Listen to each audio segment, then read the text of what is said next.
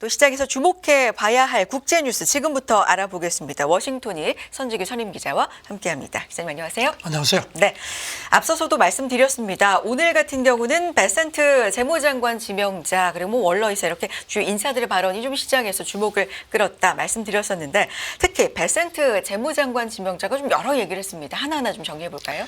우리 시간으로 오늘 새벽에 그 상원 인사청문회에서 여러 가지 얘기를 했습니다. 네. 우선 그 미국이 너무 오랫동안 국제무역 그 불공정 왜곡을 허용했다 하면서 그 트럼프 당선자가 무역 정책을 바꾸고 미국 노동자를 위해서 일어서야 할 필요성을 근대 들어서 처음으로 인식한 대통령이다. 뭐 이렇게 또 추켜 세웠습니다. 그래서 재무부가 국가안보를 보호하는 데 매우 중요한 역할을 한다. 그래서 공급망을 안전하게 하고 국가안보에 필요해 부응하기 위해서 그 범접근, 그 범정부 차원의 그 접근하는 데서 제재를 조심스럽게 다용해야 한다. 그러니까 제재에 대해서 조금 더 신중한 입장을 보였습니다. 네. 달러를 세계 기축 통화로 유지해야 한다. 뭐 이런 취지의 얘기를 하면서 달러의 뭐 지위가 좀 약화되는 것에 대해서 관세하고도 좀 영향해서 연결지어서 얘기를 많이 한 것 같네요. 예. 네. 이 베센트가 그 트럼프 당선자가 그래서 그런 그 관세를 실현한 거다. 왜냐하면 제재를 하게 되면은 그 달러로부터 이렇게 차단되기 때문에 달러 위상에 영향을 미칠 수 있는 점을 그 당선자가 염두에 두고 그래서 관세를 이렇게 쓰려는 거다 이렇게 설명을 했습니다. 그 다음에 이제 재정 지출이 심각하다는 점을 인정을 했고 그리고 위기 대처에 쓸 차입이 여의치 않다. 네. 그러니까 지금 미국의 재정 부채 그 부채가 엄청나게 높다는 점을 우회적으로 시사를 했습니다. 그리고 이제 그 기억하시겠지만 트럼프 1기 때인 2017년에 그 트럼프 당시 대통령이 감세를 한 게 있거든요. 그게 이제 올해 말에 끝나는데 그거를 연장하는 게 그 최우선 과제라고 얘기를 했습니다. 네. 그 다음에 이제 뭐 중국에 대한 그 AI하고 반도체 투자 엄격히 심사하겠다. 이건 뭐 예상됐던 거고요. 그리고 트럼프 관세에 탄소세가 포함될 수 있다는 얘기도 했습니다. 이것도 네. 조금 눈에 들어옵니다. 굉장히 많은 얘기를 쏟아냈기 때문에 이 발언들 하나하나 좀 기억을 해뒀다가 전반적으로 이 트럼프 취임하고 나서 좀 초기에 어떤 드라이브가 걸릴지 좀 주목해 볼 필요가 있어 그렇습니다. 보이는데 네. 앞서서 이제 관세와 달러를 연결시켜서 했던 내용들 간단하게 언급해 주셨는데 이 내용 조금 더 자세하게 보겠습니다. 관세 목적에 대해서 우리가 추측으로 이거는 분명히 좀 협상 카드일 것이다. 생각보다는 그렇게 실행이 크다거나 그런 게 아니라 협상 카드로 활용될 여지가 있다. 이것도 사실은 베센트 재무장관 지명자가 과거에 쓴 책이나 이런 걸 바탕으로도 많이 근거로 제시가 됐거든요. 그런데 이번에 그 청문회에서도 그런 점을 사실상 확인을 했습니다. 네. 그 베센트가 이렇게 얘기를 했습니다. 트럼프 관세를 세 가지 방식으로 생각해야 한다. 그중 하나가 산업이나 국가별로 불공정한 무역 완화를 바로잡기 위한 거다. 그러면서 이제 중국에 대한 관세하고 철강 관세를 대표적인 사례로 언급을 했고요. 네. 그다음에 두 번째가 이제 연방 정부 예산 수입을 늘리기 위한 더 일반적인 관세 속내를 드러냈습니다. 그 이제 아까 말씀 것처럼 이제 적자가 너무 높다는 거죠. 그리고 네. 이제 미국이 제재를 그동안에 너무 많이 썼다. 그래서 이제 그게 다른 나라가 달러를 사용하지 않도록 하는 그런 영향을 줬다는 점을 이제 지적을 했고요. 그래서 관세를 협상에 사용할 수 있다고 생각한다. 이제 아주 속내를 확실하게 드러냈습니다. 이건 명확한 워딩으로 그렇죠. 얘기를 한 협상 거네요. 도구. 네. 그러니까 관세 세 가지 이제 목적이 네. 하나는 어떤 불공정 관행 시정하는 거. 그다음에 이제 미국의 좀 세수를 늘리려는 그래서 보편 관세 얘기가 나왔다는 거고. 그다음에 이제 협상 도구다. 이 세 가지를 그러니까 확인을 한 겁니다. 불공정 무역을 바로잡겠다, 세수를 확보하겠다, 그리고 협상 도구다. 이렇게 명확하게 관세 목적을 재무장관 지명자가 이제 밝힌 건데 대중 관세에 대해서도 언급한 게 구체적으로 좀 있습니까?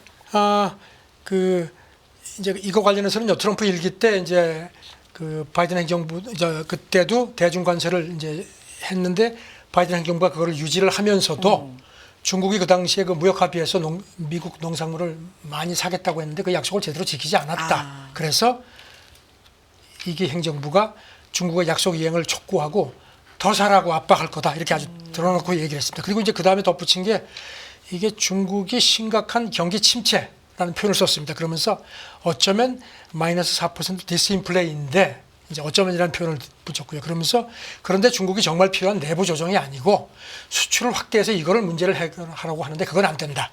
손을 그었습니다. 네. 그러니까 중국의 침체 카드를 앞으로 대중 협상에서 이렇게 좀 카드로다가 쓸 것 같은 그런 점도 강하게 시사를 한 겁니다. 중국이 경제적으로 좀 어려움을 겪고 있는 네. 특히 침체 얘기, 경기 침체 이야기가 좀 나오고 있는 부분을 오히려 좀 이용해서 협상 카드로 쓸 것 같다라는 얘기고요.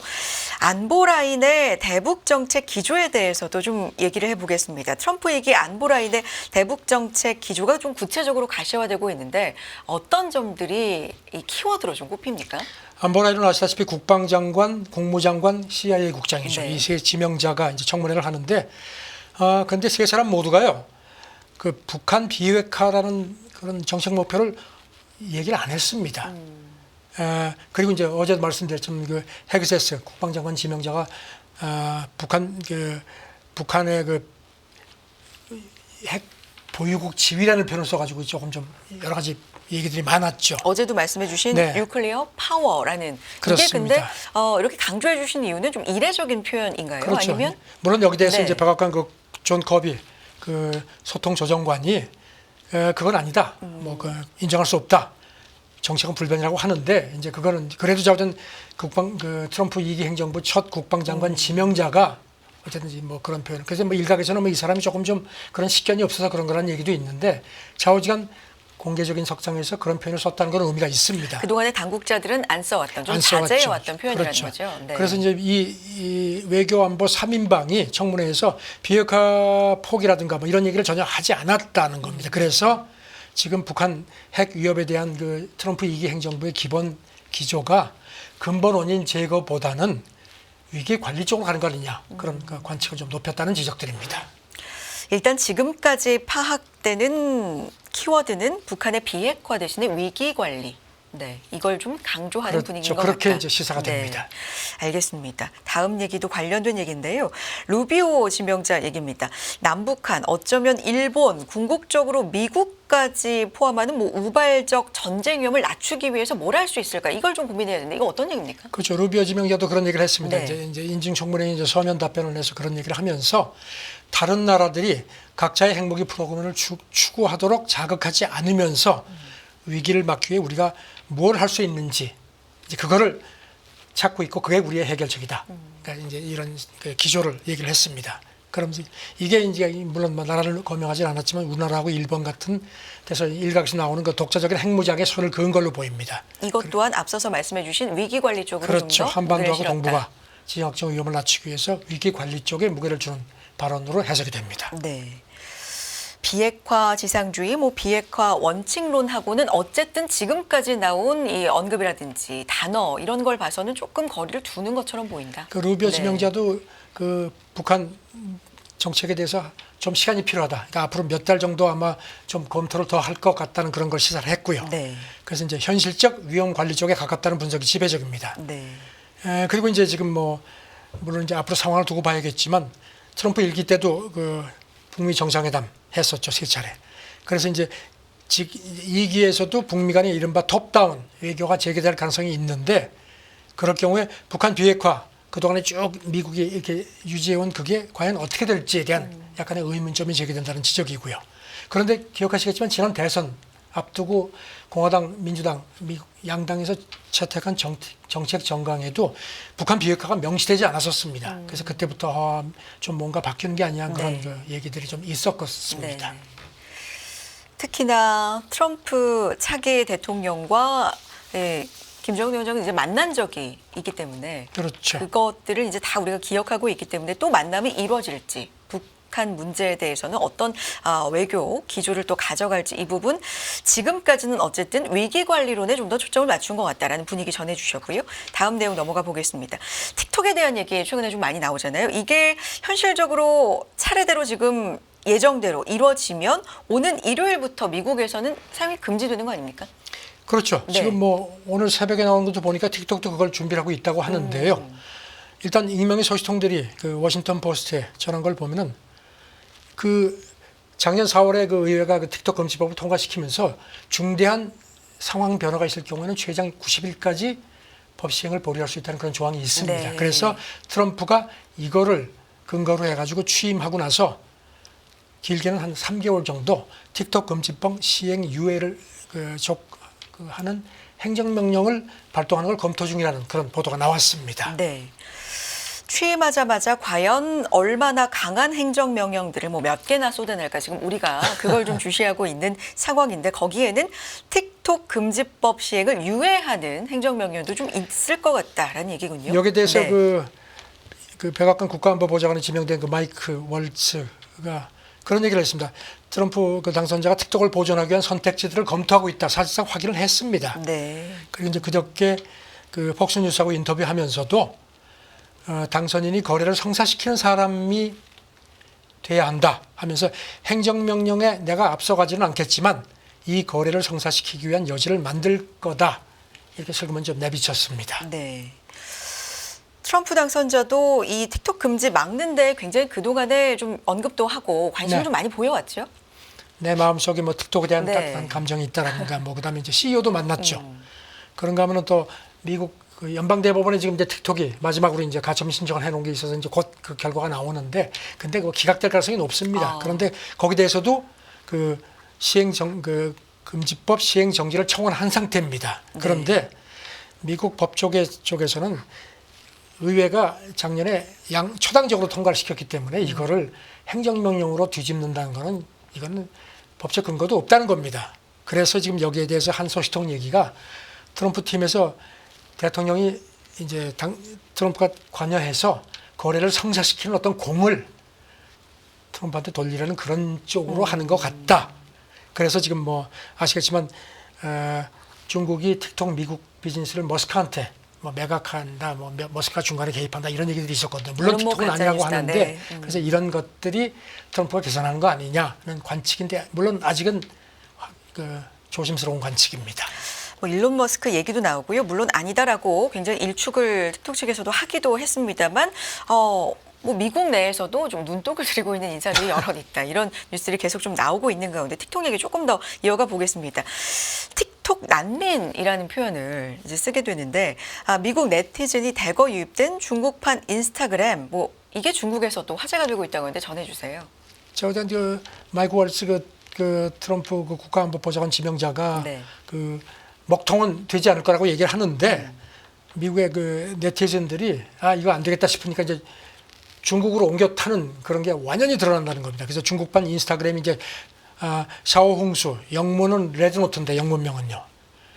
이른바 뭐 대거 한 이틀 사이에 한 70만 명 이상이 가서 갑자기 폭증했다는 거죠. 여기다 네. 이제 등록을 한 모양입니다. 그래서 이제 틱톡 난민이라는 표현이 나오고 네. 그리고 또 중국 네티즌들도 여기 대해서 상당히 아주 호의적으로 받아들이는 겁니다. 아주 뭐 유머러스하게 뭐 이렇게 받아들이면서 그래서 지금 홍콩 사우스 차이나 모닝 포스트는 국경을 넘어 미중 간의 정치적으로 이렇게 막 티격태격 하는데 네티즌들은 이렇게 뭔가 친교 분위기다 이렇게 또 지적을 했습니다. 이걸 또 문화 연결로 네, 해석을 그래서 하기도 지금 하는군요.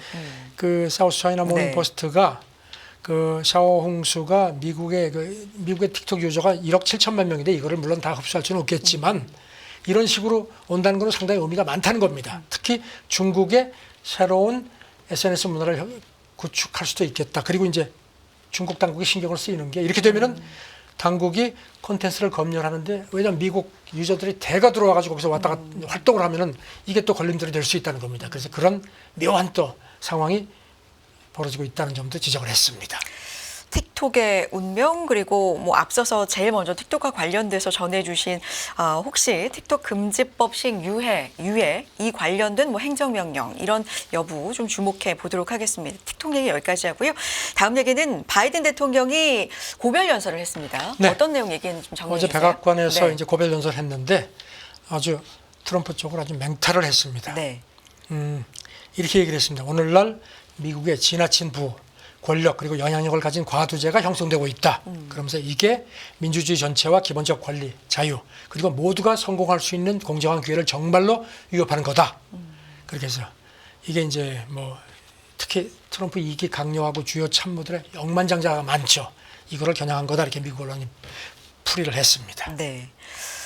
뭐 열심히 노력하고 벌 수 있어야 된다. 이걸 부정한 건 아니지만 뭐 세금도 내야 된다. 여러 가지로 좀 얘기를 꼬집어서 한 네. 부분이 있는 것 같아요. 바이든이 이렇게 네. 또 얘기를 했습니다. 물론 자기 역량만큼 버는 거는 뭐 그건 당연한 거다. 하지만 공평한 규칙에 따라 경쟁해야 하고 공정한 몫의 세금도 내야 한다. 이 얘기를 했습니다. 네.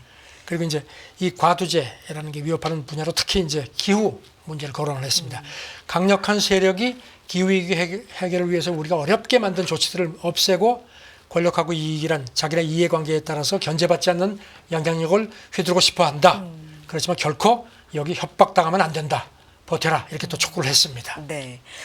아이젠하워 전 대통령이 퇴임할 때 했던 얘기, 뭐 이 얘기는 왜 나온 겁니까? 그러면서 이제 드와이트 네. 아이젠하워 대통령이 퇴임하면서 군산 복합체 위험을 경고를 한 걸 상기시켰습니다. 그러면서 나는 우리나라의 실제 위험이 될 수 있는 기술 산업 복합체 부상 가능성을 똑같이 우려한다. 이렇게 강조를 했습니다. 그리고 덧붙이기를 미국인들이 눈사태처럼 쏟아지는 잘못된 가짜 정보에 이제 파묻히고 있으며 이게 권력 남용을 가능케 한다. 이렇게 또 개탄을 했습니다. 아주 따끔하게 비판을 했습니다. 분위기는 바이든과 이제 이별하고 새롭게 트럼프 정부를 대비하고 맞이하는 분위기가 정말 역력해 보이는데 그도 그럴 것이 다음 주 이제 트럼프 2기 취임을 앞두고 있으니까요. 자, 2기 출범을 앞두고 중국과 일본의 관계에도 지금 관심이 좀 쏠립니다. 중국이 전에 없이 일본에 좀 러브콜을 보내고 있는데 걸림돌이 좀 많다. 이런 분석 나오고 있나요? 뭐 짐작하시겠지만 트럼프 2기 이제 만만치 않을 거 대비하고 이제 우리한테도 그렇죠. 상당히 이제 좀 잘해보자는 식의 이제 러브콜을 많이 보내는데 지금 일본 요미우리 보도인데요. 이렇게 분석을 했습니다. 중국이 그동안은 이제 이른바 전랑 외교 아주 강하게 압박하는 걸 했는데 최근에 와서는 유화적인 미소 외교로 표방을 한다 하던데 진정성이 있겠느냐 뭐 이런 의문은 이제 있다는 겁니다. 그러면서 그 중국하고 일본이 6년 만에 집권당 그 교류 협의회를 이제 재개를 했는데 여기 방문한 그 자민하고 공명당 이제 연정 간사장들이 아주 중국 지도부가 아주 각별하게 이유를 한다. 그런 점도 지적을 했습니다. 네. 지금 일본 대표단이 뭐 상무위원도 그렇고 시진핑을 비롯해 최고 지도부인 이 인사들과 만난 거죠. 그렇죠. 니케이가 이걸 이제 숫자를 센 모양입니다. 네. 그래서 이제 중국 최고 지도부가 이제 정치국 상무위원 7명인데 그 중에서 시진핑하고 포함해서 2사람 만났고 그다음에 그 정치위원 정치국 이것도 이제 아주 그 이제 25명 24명 상위에서 중앙정치국 위원 3명을 만났다니까 5명을 한꺼번에 이렇게 만난 거는 전례 없는 일이라는 겁니다.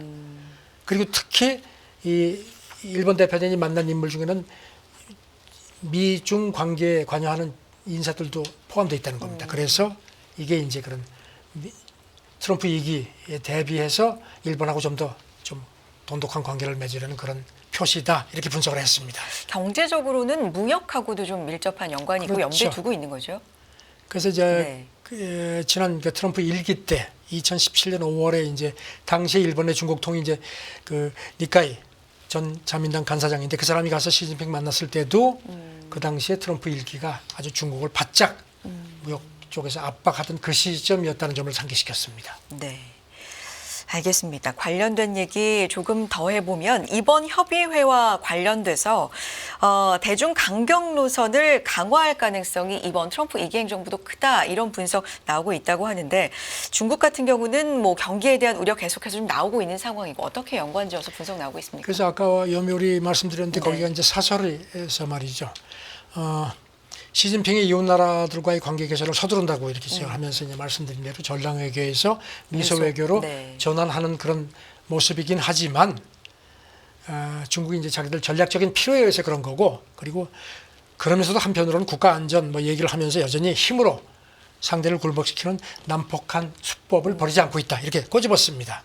그러면서 이제 뭐 일본하고 지금 뭐 영유권 분쟁도 있고 대만 계속 이렇게 압박하는 그런 점을 상기시켰습니다. 그래서 중국이 진짜로 무슨 뭐 이렇게 외교를 뭐 이렇게 좀 유화적으로 변화하려면은 말만 하지 말고 언행 일치를 시키는 것부터 필요하다 이렇게 또 꼬집었습니다. 네. 뭐 해경선도 빈번하게 보내고 뭐 이런 부분도 그렇죠. 좀 언급을 하면서 그럼 뭐 여러 가지 이제 일본하고 난제가 있기 때문에 그렇게 쉽지 않을 거다 하는 전망입니다.